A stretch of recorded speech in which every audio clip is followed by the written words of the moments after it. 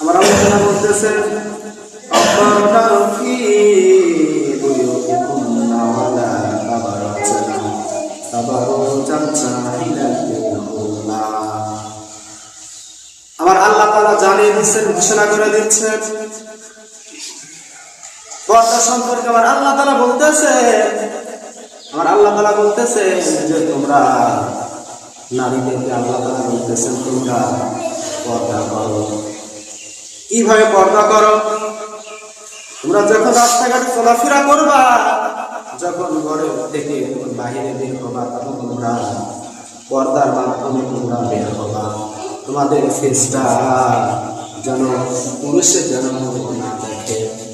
এমন পোশাক পরিধান করবা যেন মানুষে না দেখে, পুরুষে না দেখে। আইয়ামে জাহিলার যুগে যেরকম ভাবে নারীগণেরা চলাফেরা করতো, ওরকম ভাবে তোমরা চলাফেরা করো না।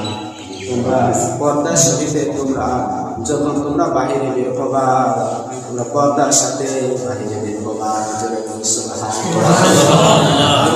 নারীদেরকে বলতেছে তোমরা কি পর্দার সাথে তোমরা বাহিরে বের হবা।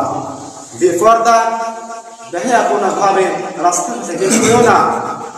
আইয়ামে জাহিলার যুগে তারা কিভাবে চলাফেরা করত? আইয়ামে জাহিলার যুগে যুগটা ছিল অন্ধকারের যুগ। অন্ধকারের যুগ। তারা কি করত? তারা বেহায়াপনাভাবে রাস্তাঘাট চলাফেরা করত। এমনকি তারা গান বাজনা নাচানাচি নিয়ে ব্যস্ত থাকতো। কোনো পর্দা ছিল না।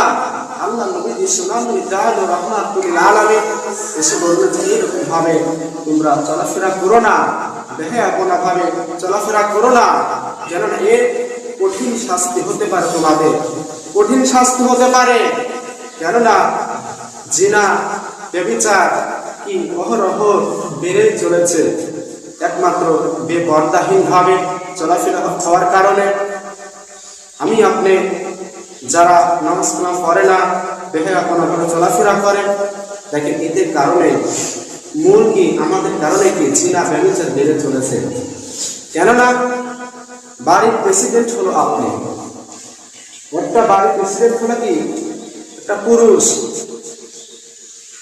কিন্তু দেখেন আপনার স্ত্রী বেপর্দাভাবে চলাফেরা করে, রাস্তাঘাট চলাফেরা করে, আপনার সন্তান আপনার মেয়ে বেপর্দাভাবে চলাফেরা করে, এটা কি সম্পূর্ণ ভার আপনার উপর পড়বে। যত গুনাহ করবে সব গুনাহ